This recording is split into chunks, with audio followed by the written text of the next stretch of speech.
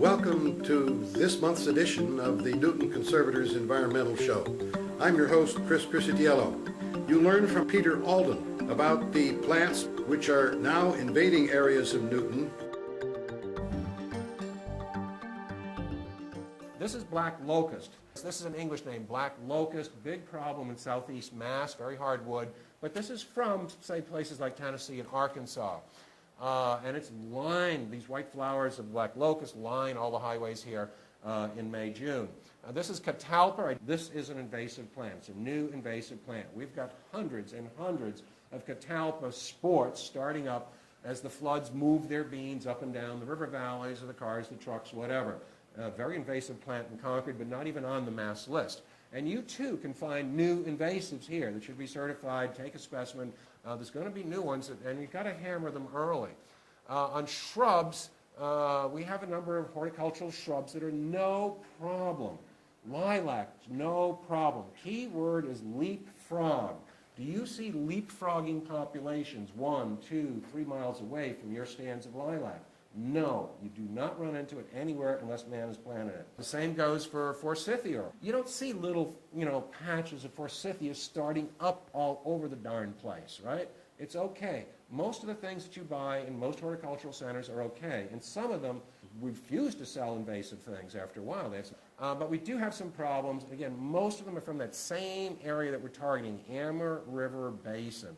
And there's new things coming in from there all the time. This is one of the most detestable things that's in the front yard of every home in Newton.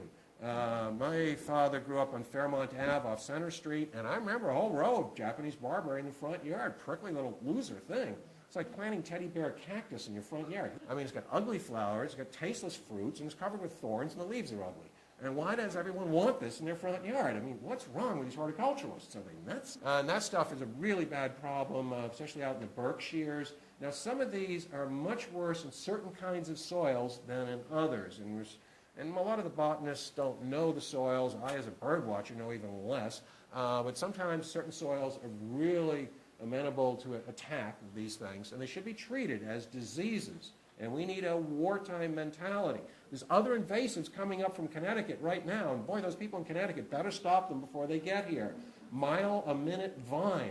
You don't know about this thorny little thing that's coming up from Pennsylvania. It's crossed the Hudson. It's in Westchester County. It's jumped into 2 places in Connecticut, and they're fighting it there. But we need to fight stuff. We've got to fight things like garlic mustard here to keep it out of Maine. They've got to fight that. And every kid should know these, the problem plants. This is glossy buckthorn, very thick leaves, and it has these berry fruits that start red, turn black. It's sort of like a blueberry-looking thing, but a hard seed inside. And this happens to be from Europe. It does have glossy leaves, but no thorns. And that is really dangerous around here. Unknown in New York City. Big problem in Chicago, Detroit, Minneapolis, Boston. They have their zones, their eco-zones that they're adapted for. And it's a totally different set of plants in Miami or Tucson or Seattle than what you're seeing here tonight. This is the less common buckthorn, and its English name is the common buckthorn. It has little fine teeth on the edge, clumps of fruits late in the year. And it's a problem here within 128 more than it is out in my area in Concord. In my area, 98% of the problem with these 2 species is the glossy buckthorn. But when I went to walk around Arlington Reservoir the other day, there was more of this common buckthorn in the city than there was in the country. Now, some of you don't realize there's a law in Massachusetts books, our omniscient legislature. You cannot open a box chain store with a massive parking lot or a McMansion worth over $1 million unless you have a row of this damn thing called burning bush, or also has a sort of a classy name, winged euonymus, which I think is a little too technical for a non-botanist. But burning bush is what we call this. And every box store parking lot's got a row of this stuff. Or they couldn't open for business, at least that's my interpretation. And it gets even brighter. I mean, this was a win-win, probably the #1 selling plant in the 70s and the 80s, and even into the 90s at many horticultural centers, has been this. This has been the best profit margin. But it's a real slow grower in the wild, and we weren't aware of how much of this was escaping. But in some areas, it's really bad. The problem is these little ecological time bombs, which look like the barberry fruits, those are the little red, tasty fruits of the burning bush, and guess what?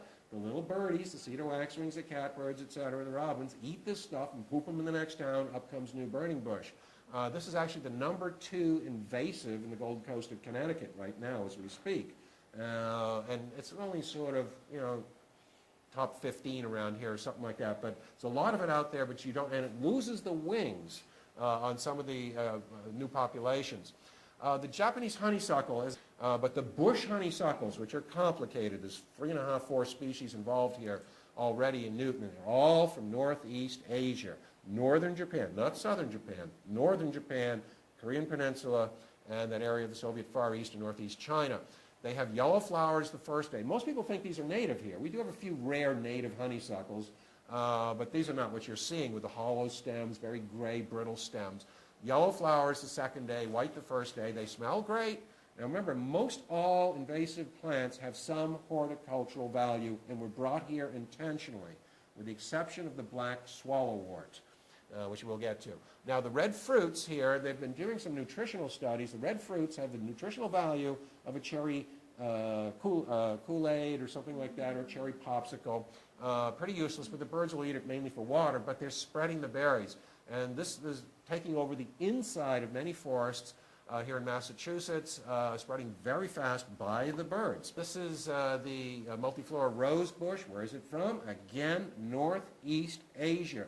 And your parents and grandparents' taxpayer money helped plant this everywhere, because back in the 30s we had Dust Bowl mentality, we had droughts, there was a lack of cover for wildlife, and so this was a win-win-win. It provides cover for wildlife, the fruits are eaten by some birds, the bunny rabbits can hide in this stuff, and it grows easily, and the 2 words that kill me whenever I look at any of the last 100 years of botany books related to New England, on a number of species they will say, naturalizes freely.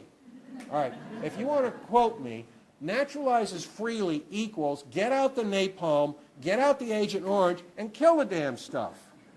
Now that's what happened to purple loosestrife. They wanted to see if it would grow at the Arnold Arboretum. Most of these things did start at the Arnold Arboretum with good old Harvard, botanists involved and to sell to the trade, and then they jumped out. The first jump of purple loosestrife was Foul Meadow in Canton. This is a multiflora rose. This is the rose hips. Now notice our local, we do have some native roses, but you never see them anymore hardly. They have big hips, like many of us in the room, and me every day. But the only reason we have this, these are very small compared to our native rose hips. And the only reason we have mockingbirds in New England, the only reason is the invasive multiflora rose. They used to live around Philadelphia south or Princeton south, and same with a whole bunch of other birds, but this came north, does not come to bird feeders at all, and non-migratory, but each generation moves one valley. This is next to the school closest to Walden Pond in my town, Concord, and this is multiflora rose tangle, total disaster here. But notice that it's climbing up the telephone poles. When this gentleman was up 100 feet in my catalpa tree, his biggest problem was all the vines up there. Oriental bittersweet, no thorns. Porcelain berry, no thorns. But multiflora rose at 100 feet, it becomes a vine. If it has anything above it to grow on like a tree, it becomes a thorny vine, which is a real killer to work. This is the #2 invasive in Georgia. Right after kudzu is the privets. All the understory of all the forests in greater Atlanta are nothing but privet right now, with the berries spread by the birds. I don't consider it a top 10 here in Massachusetts right now. It's relatively minor. Autumn olive. And this has very gray leaves. We used to call it Russian olive, but that's a sister species. It's ruining the Great Plains. But it's autumn olive we have in New England. It has these white flowers, but very gray leaves. You see this all along the interstates going south towards the south coast. These are the fruits that it eats. It's from Asia, but it's actually from Central Asia, pretty much. And this is an interesting shot. And this is invasive autumn olive, planted along all the interstates starting around 1970. But this is invasive starlings from Europe eating and spreading the fruits of the invasive autumn olive in Braintree. When these massive flocks of these starlings. This is the commonest bird in Massachusetts, and I would gather that less than 1 or 2% of the children in Massachusetts who graduate from high school would know a starling if they saw it. On vines, we have some native vines. Who knows what this is? Virginia creeper. This is in the grape family. It's native.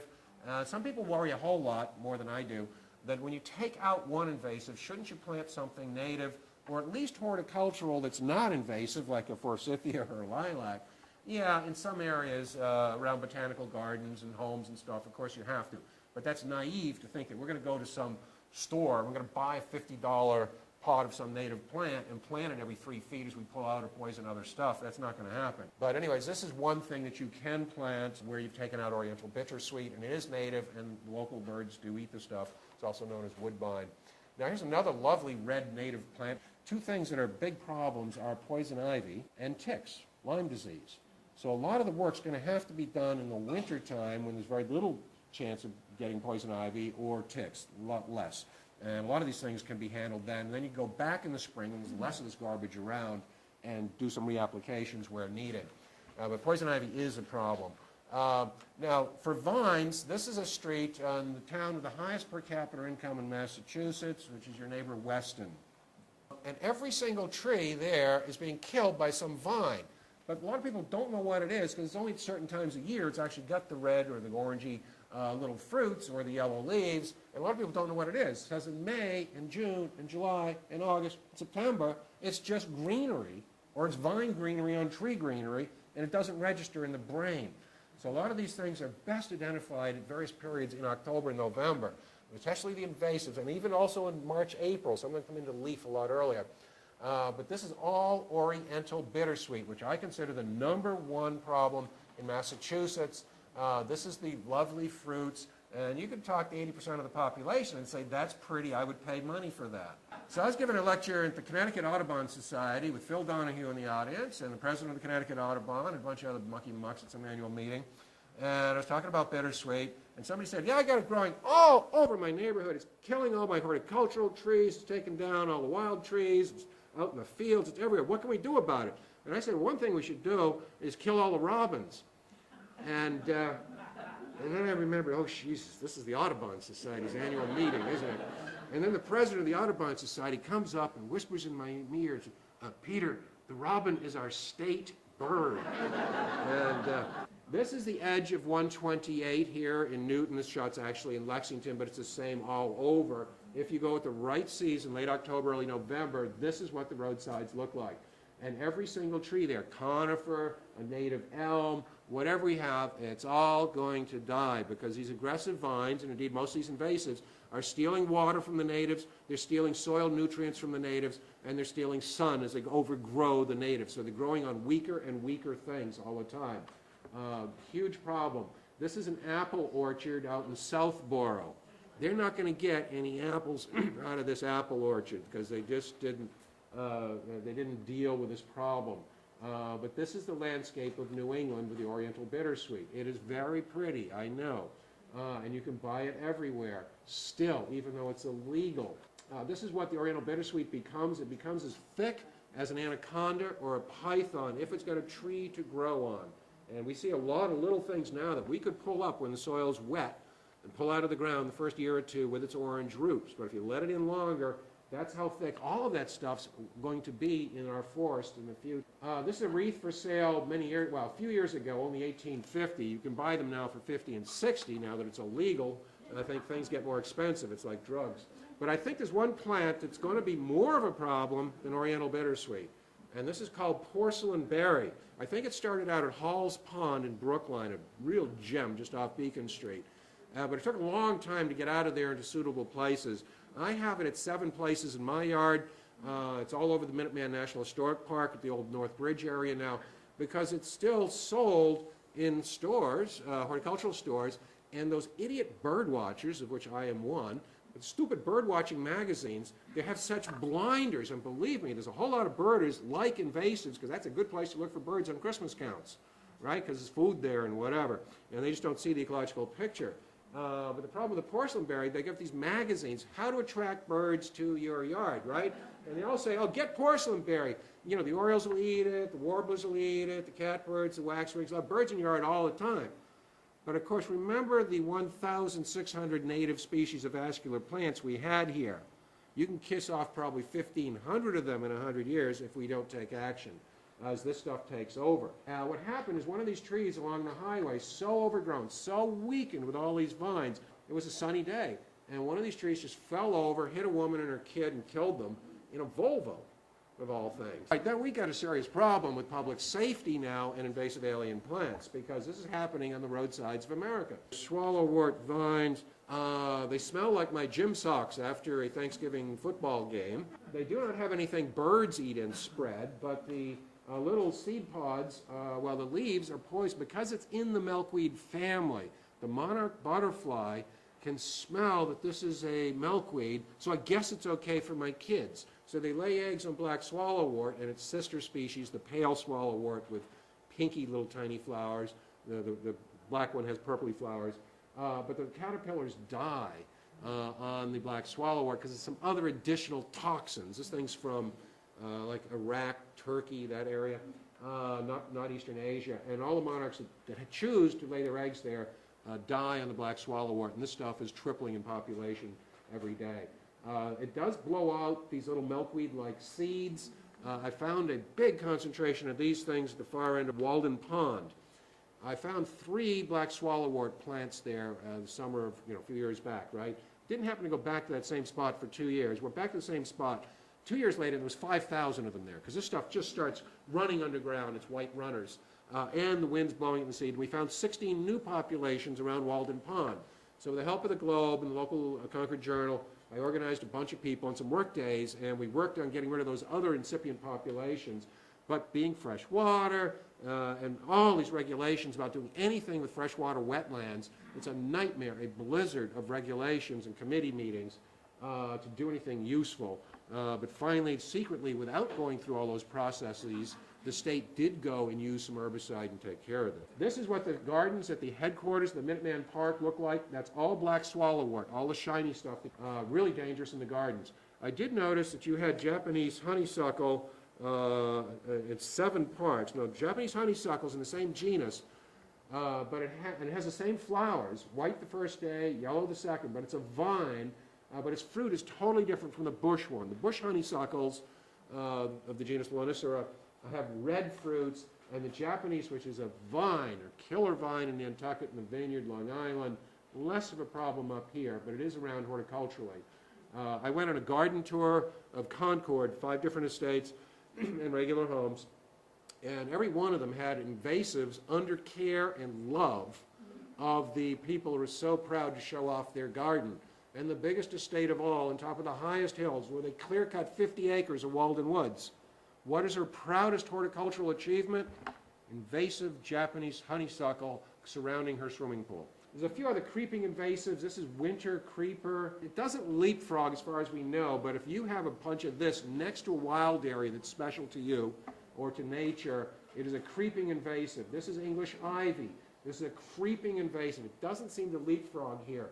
English ivy is the #1 invasive in the Great Smoky Mountains National Park of Tennessee and western North Carolina. #1 invasive. It's just running through the hills there, obliterating the salamanders, the trilliums, and so forth. But it's a local problem here.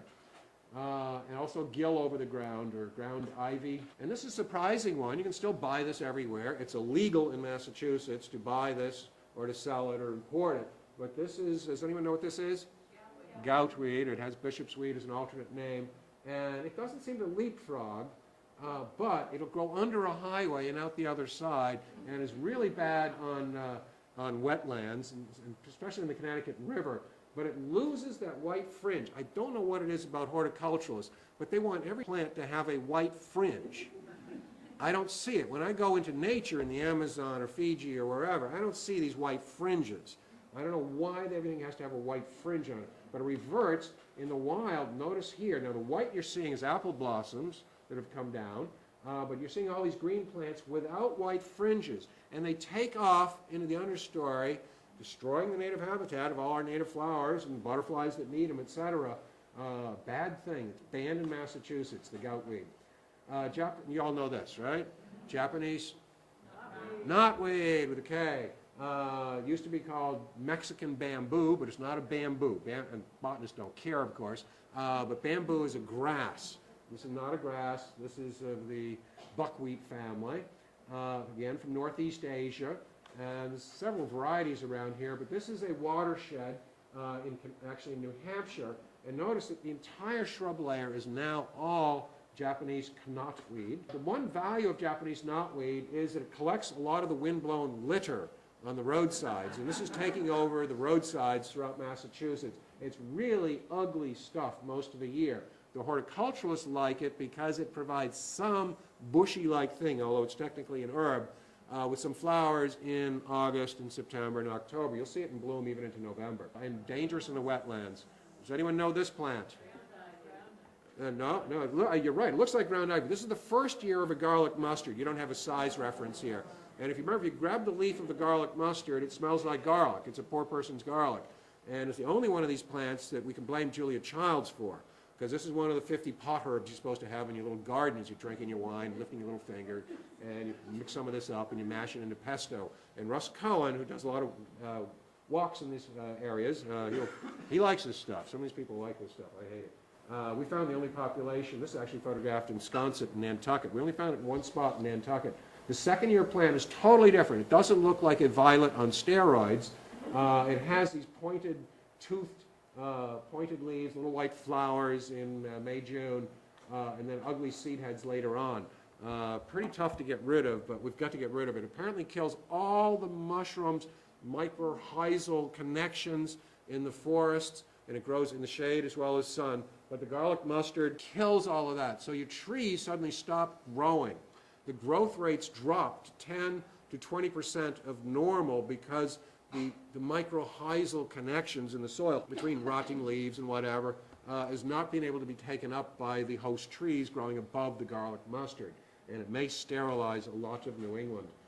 Dame's Rocket, I noticed you had in a couple of places. You know, it's sort of pretty, garden escape. It's not a top 20 to worry about too much, but locally it does form big patches. This is spotted knapweed, pronouncing the K. It's like a thistle with no thorns, very open. It really poisons the soil. It is a problem in Martha's Vineyard, massive problems out west.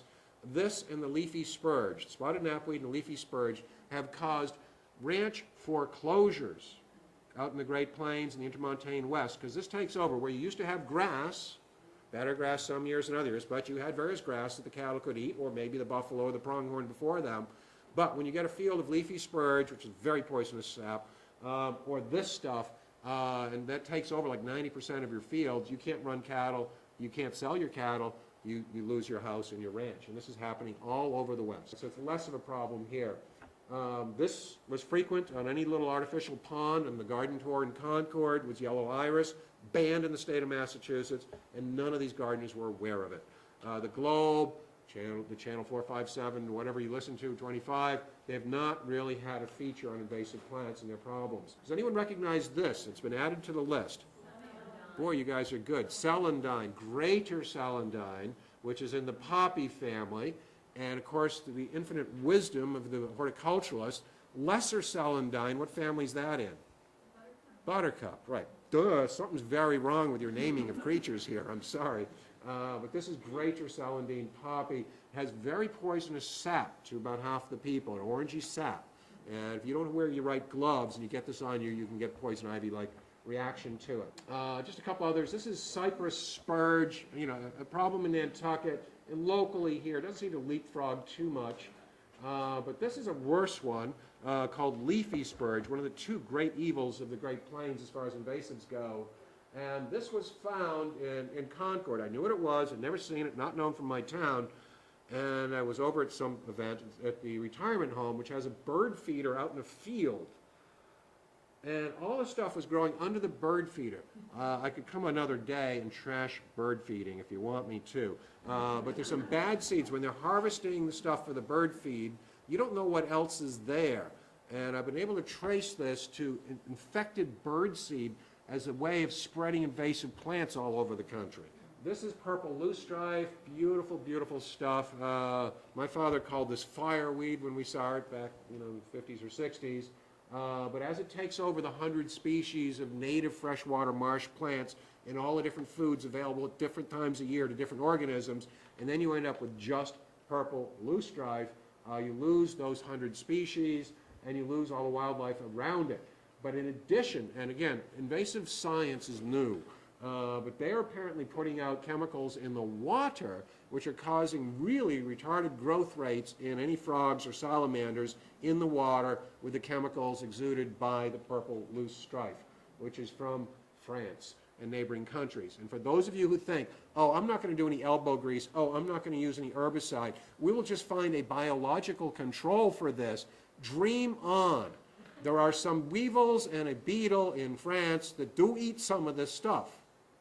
But if they were going to eat all of it, they would have eaten it long before we ever brought it over here as a garden ornamental, right? They're not going to get it all. You've got to have elbow grease and herbicide mixed with, in some cases, with biological control. But we have a whole bunch of native loosestrifes that we think that these same weevils and bugs are going to eat, and maybe skip this one and go eat all of our native loosestrifes. There's some problems with these. There was a wasp we brought in to help knock back the gypsy moth. Nice, it did knock back the gypsy moth to manageable proportions, but then that same wasp decided, ooh, I like those caterpillars of the Luna moth. I like the caterpillars of the imperial moth, the Io moth, and all these other big moths that our whippoorwills used to eat. They're all gone because of biological control. It seems like a nice, clean, easy, let somebody else do it and I don't get my hands dirty, but don't put too much weight into it. This is purple loosestrife, 8 months of the year is all that brown stuff. This is the other side of Thoreau's birth house. Foreground, you've got what? What's that yellow leaf stuff in October? Oriental bittersweet. You're just going around looking for something to climb on. But that is, that's a disaster to me. This place used to have cattails, it used to have rails, it used to have bitterns, and now what has it got? It's got nothing. It's just got purple loosestrife. And each one of them has 1 million seeds if in an adult. So this is called Phragmites. That's the genus name. A common reed. The center of its distribution is Baghdad, Iraq. But it does occur in Europe, down into Africa, and throughout much of Asia. And this stuff was starting to infest our salt marshes, and then it infested our freshwater marshes, and now it's infesting the interior of shaded red maple swamp forests. And if you don't believe me, just take Route 2 out from 128 in Lincoln, within the first half mile, you go over a hill, look down on the right, there's beds of Phragmites in the red maple swamps, and there will be no red maples whatsoever, or a swamp, because this stuff dries out the swamps and prevents the regeneration of anything else. So things like this, does anyone know what this is? Right, not a mallard. Things like it's going to lose its habitat as we get down to these, 40 or 50 problem plants that most of us are too lazy to do anything about. Let someone else do it. We think maybe money will solve the problem. We don't have enough money in Massachusetts to pay people to do this. It's got to be partly volunteer with some organizers on top to get it together.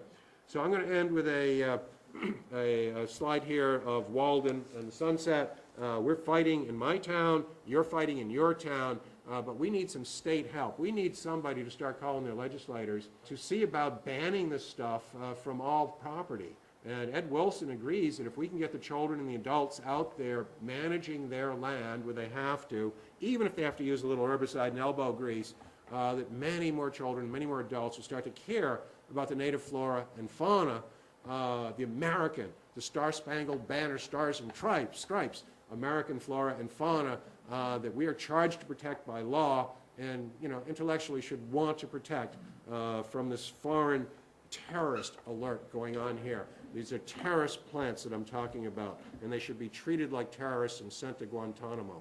Thank you very much.